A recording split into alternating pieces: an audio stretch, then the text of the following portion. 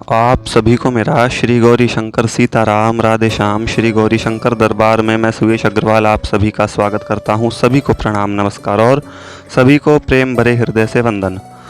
तो भैया, जैसा कि आप सभी ने वीडियो के टाइटल पर जो है पढ़ लिया होगा और पढ़कर बड़ा मज़ा आया होगा, मैंने लिखा है कि भाई कलयुग की एक विशेषता होती है। अब विशेषता कहते हैं स्पेशलिटी को, यानी कि इस चीज़ में कुछ ना कुछ स्पेशल है, इस चीज़ में कुछ ना कुछ विशेषता है।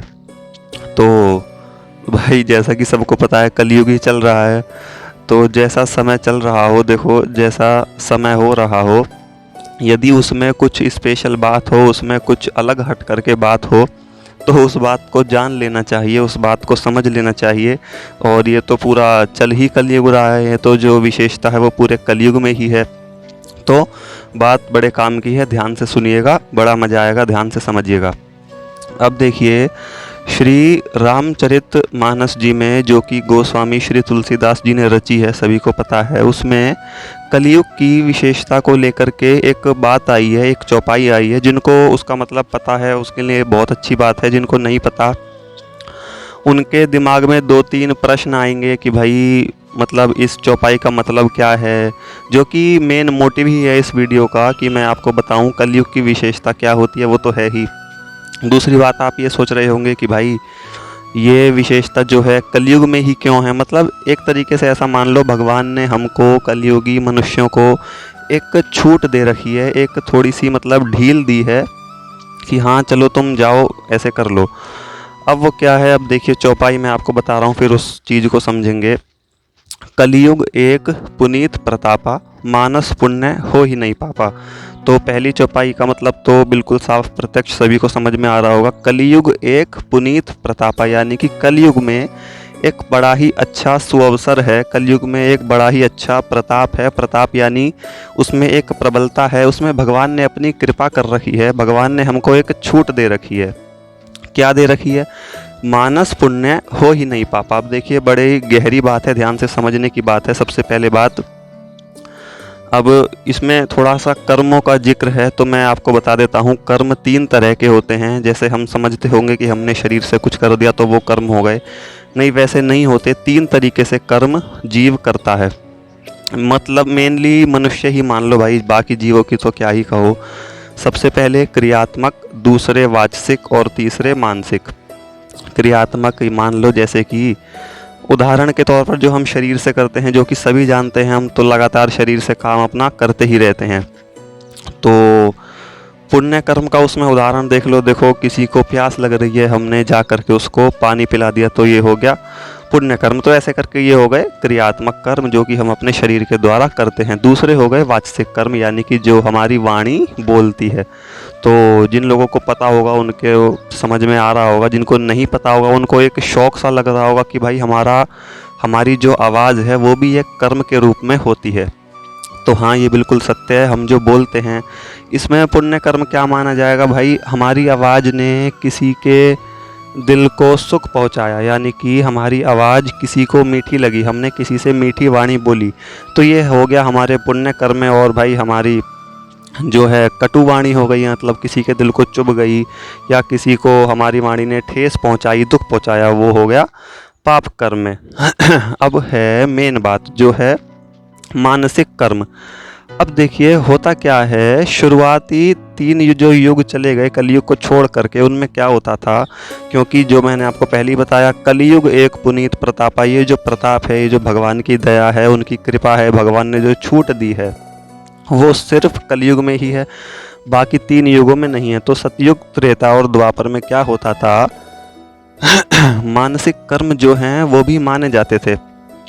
अब देखिए कैसे, हमने अपने मन में किसी का हित सोचा, यानी कि हमने सोचा इसका मैं अच्छा कर दूं, लेकिन कर नहीं पाए, तो वो भी हमारे पुण्य कर्म में लग जाएगा। और हमने अपने मन में किसी का अहित सोचा कि मैं इसको ऐसे कह दूं, या इसका बुरा कर दूं, या इसको मैं कल ऐसे कर दूंगा, लेकिन वो भी कर नहीं पाए, तो वो भी हमारे पाप कर्म में चला जाएगा।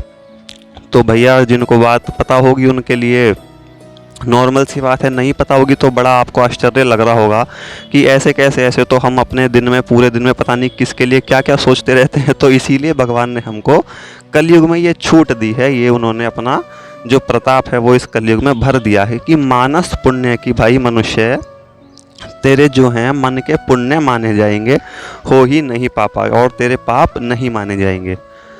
उदाहरण के तौर पर क्या ही बताऊं मैं, कुछ भी पुण्य कर्म मान लो, जैसे किसी व्यक्ति ने कल कुछ सोचा, क्या पुण्य कर्म सोचा, कुछ भी मान सकते हैं। मान लो उसने सोचा कि मैं कल भंडारा करवाऊंगा, या मान लो चलो ब्राह्मण भोज है, मैं कल ब्राह्मण भोज करवाऊंगा।